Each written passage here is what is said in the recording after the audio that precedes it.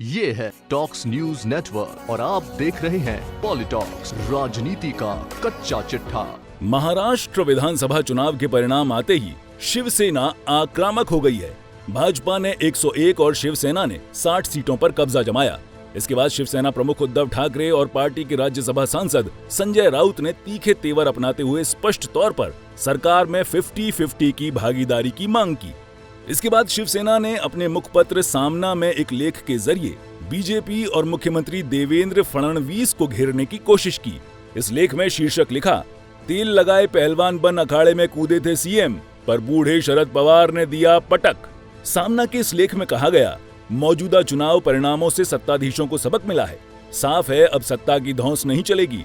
महाराष्ट्र की जनता ने गठबंधन को 161 सीटें दी, लेकिन इसे महाजनादेश नहीं कहा जा सकता।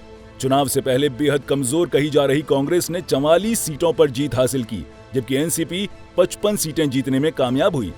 एनसीपी ने इस चुनाव में बड़ी छलांग लगाई है। मुखपत्र में एनसीपी प्रमुख शरद पवार की लीडरशिप की जमकर तारीफ की गई है। सामना में लिखा है कि वह चुनाव में दमदार नेतृत्व और जिद के साथ लड़े। सीएम ने खुद को तेल लगाए हुए एक पहलवान की तरह मैदान में उतारा, पर चुनाव परिणाम के बाद उन्हें यह स्वीकार करना होगा कि तेल थोड़ा कम पड़ गया। माटी की कुश्ती के उस्ताद की तरह एनसीपी प्रमुख ने उन्हें पटक दिया। शिवसेना के मुखपत्र सामना में छपे इस लेख में भाजपा का नाम लिए बगैर कई हमले किए गए। लेख में लिखा, सत्ता के दुरुपयोग कर राजनीतिक रोटियां सेकने से किसी को खत्म नहीं किया जा सकता। यह चुनाव परिणाम ऐसा है जैसे अब किसी की धौंस नहीं चलेगी। अब चुनाव खत्म हो चुके हैं, हम जनता की सेवा करने जा रहे हैं। कौन हारा और किसे फायदा हुआ, इसका मंथन कुछ समय बाद किया जाएगा। गौरतलब है कि महाराष्ट्र विधानसभा चुनाव में भाजपा शिवसेना गठबंधन ने 161 सीटों के साथ बहुमत हासिल किया है। अगर पिछले विधानसभा चुनाव से तुलना करें तो इस चुनाव में भाजपा को 22 सीटों का नुकसान हुआ है।